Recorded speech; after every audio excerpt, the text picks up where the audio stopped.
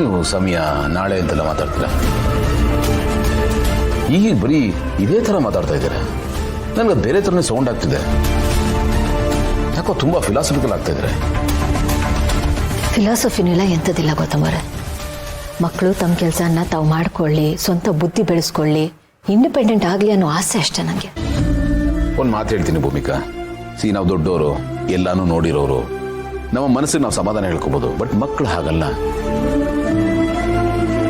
ನಾವು ತರೋ ಒಂದು ಸಣ್ಣ ಬದಲಾವಣೆ ಅವ್ರ ಮನಸ್ಸಿನಲ್ಲಿ ದೊಡ್ಡದಾಗಿ ಪರಿಣಾಮ ಬೀರುತ್ತೆ. ಮಮ್ಮಿ ಮೊದಲಿನ ತರ ಇಲ್ಲ ಅನ್ನೋ ಭಾವನೆ ಅವ್ರ ತಲೆಯಲ್ಲಿ ಓಡ್ತಾ ಇರುತ್ತೆ.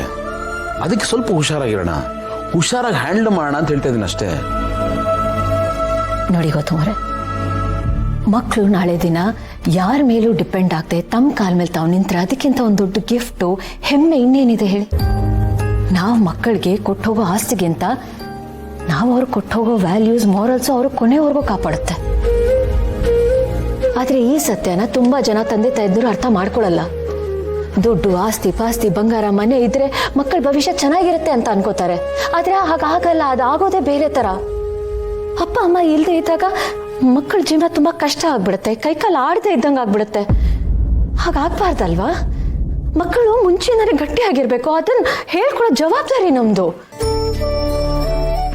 ಓಕೆ ಭೂಮಿಕಾ, ನಾನು ಒಪ್ಕೋತೀನಿ. ಬಟ್ ಮಕ್ಕಳಿಗೆ ಏನ್ ಹೇಳ್ತಿರಲ್ಲ ಅದು ಸಾಫ್ಟ್ ಆಗಿರ್ಲಿ ಅಷ್ಟೇನೆ. ಪ್ರೀತಿ ಕಡಿಮೆ ಆಯ್ತು ಅನ್ನೋ ಭಾವನೆ ಅವ್ರಿಗೆ ಯಾವತ್ತೂ ಬರಬಾರ್ದು. ಇದೊಂದು ನಡೆಸ್ಕೊಡಿ please. It's a request. Try ಮಾಡ್ತೀನಿ. ಇಷ್ಟಾದ್ರೆ ಸಾಕು, ನನಗೆ ಇದೇ ಬೇಕಾಗಿರೋದು. ನೋಡಿ ಭೂಮಿಕಾ, ನೀವೇನೇ ಮಾಡಿದ್ರು ಅದ್ರ ಹಿಂದೆ ಒಂದು ಒಳ್ಳೆ ಉದ್ದೇಶ ಇರುತ್ತೆ ಅಂತ ನನಗೆ ಗೊತ್ತು. ಆದ್ರೂ ಮಕ್ಕಳ ಮನಸ್ಸು ಸ್ವಲ್ಪ ಡೆಲಿಕೇಟ್ ಅಲ್ವಾ? ಹುಷಾರು ಅಂತ ಹೇಳಿದೆ ಅಷ್ಟೇ. ಓಕೆ? ಯಾ.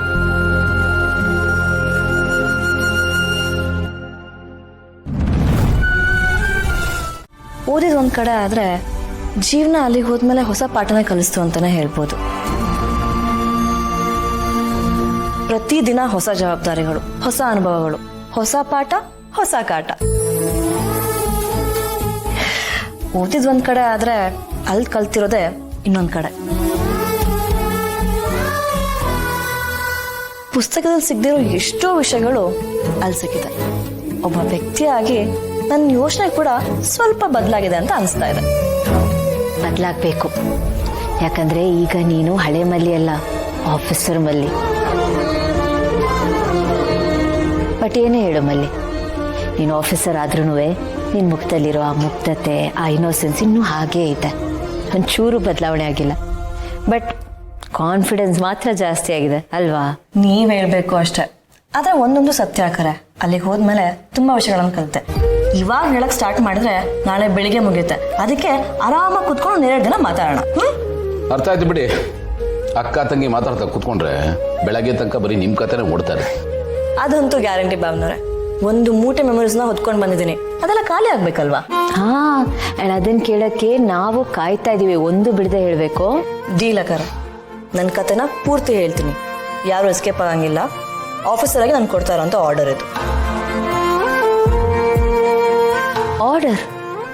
ಓಕೆ ಆಫೀಸರ್ ಮೇಡಮ್, ನಿಮ್ಮ ಆರ್ಡರ್ನ ನಾವು ಪಾಲಿಸ್ತೀವಿ. ಬಟ್ ನಿಮಗೆ ಆರ್ಡರ್ ಮಾಡೋರೆಲ್ಲಿ? ಸುನಿಲ್ ಅವರೆಲ್ಲಿ? ಈ ಪ್ರಶ್ನೆ ನೀವು ನನಗೆ ಕೇಳೋ ಬದಲು ಭಾವನವ್ರಿಗೆ ಕೇಳಬೇಕು. ಅಬ್ಬಾ, ಈಗ ನನ್ನ ಕೈಗೆ ಮೈಕ್ ಬಂತಲ್ಲ, ಮಾತಾಡೋದಕ್ಕೆ ಅವಕಾಶ ಕೊಟ್ಟಿದ್ದಕ್ಕೆ ತುಂಬಾ ಥ್ಯಾಂಕ್ಸ್. ನೀವು ಬೇರೆ ಎಲ್ಲಿ ಕಳಿಸಿದ್ದೀರಾ ಅವ್ರನ್ನ? ಇಲ್ಲಾರಿ, ಅದೇ ನಮ್ಮ ಹೊಸ ಬ್ರಾಂಚ್ ಒಂದು ಶುರು ಮಾಡೋದಲ್ಲ, ಅದನ್ನ ನೋಡ್ಕೊಂತ ಕಳಿಸ್ದೆ. ಅಲ್ಲಿ ಟೀಮ್ಗೆ ಅವ್ನು ಭಾಳ ಇಷ್ಟ ಆಗ್ಬಿಟ್ಟಿದ್ದಾನೆ. ಅವನು ಜವಾಬ್ದಾರಿ ತಗೊಳ್ಳೋ ರೀತಿ ಇರ್ಬೋದು, ವರ್ಕರ್ಸ್ನ ಟ್ರೀಟ್ ಮಾಡೋ ರೀತಿ ಇರ್ಬೋದು. ಹಾಗಾಗಿ ಇನ್ನು ಸ್ವಲ್ಪ ದಿವಸ ಹಾಗೆ ಕಂಟಿನ್ಯೂ ಮಾಡು ಅಂತ ಹೇಳಿದ್ದೀನಿ.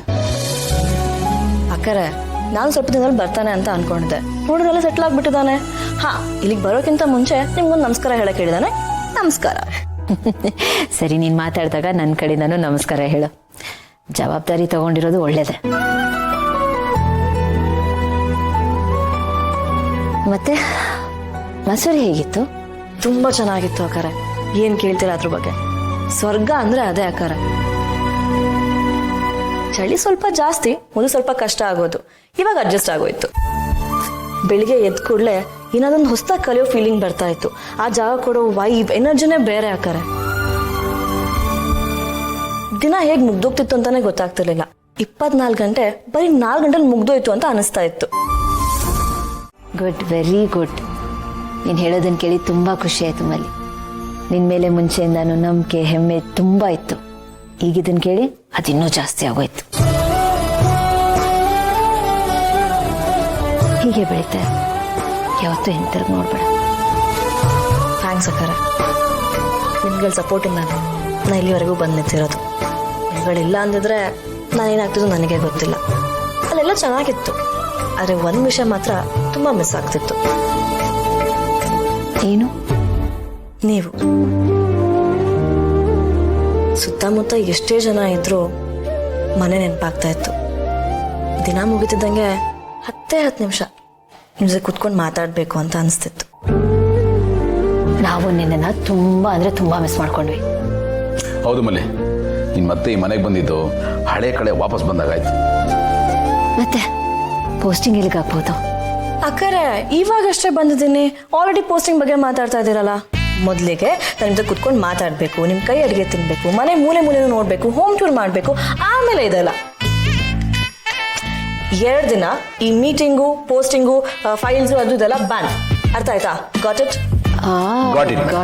Got it. ಫುಲ್ಲು ಪಾಶ್ ಆಗೋಗ್ಬಿಟ್ಟಿದ್ದಾರೆ officer madam. Anyways officer madam, ನಿಮಗೆ ಯಾರು ಡಿಸ್ಟರ್ಬ್ ಮಾಡಲ್ಲ, ನೀವು ಆರಾಮಾಗಿರ್ಬೋದು. Thank you so much. ಸರಿ, ಹೋಗಿ ಫ್ರೆಶ್ ಅಪ್ ಆಗ್ಬಾ, ನಾನು ತಿಂಡಿ ರೆಡಿ ಮಾಡ್ತೀನಿ. Okay, see you later. Bye. ಸರಿ, ನಾನು ಆಫೀಸ್ಗೆ ಹೋಗಿ ಬರ್ತೀನಿ. ಹಾಂ.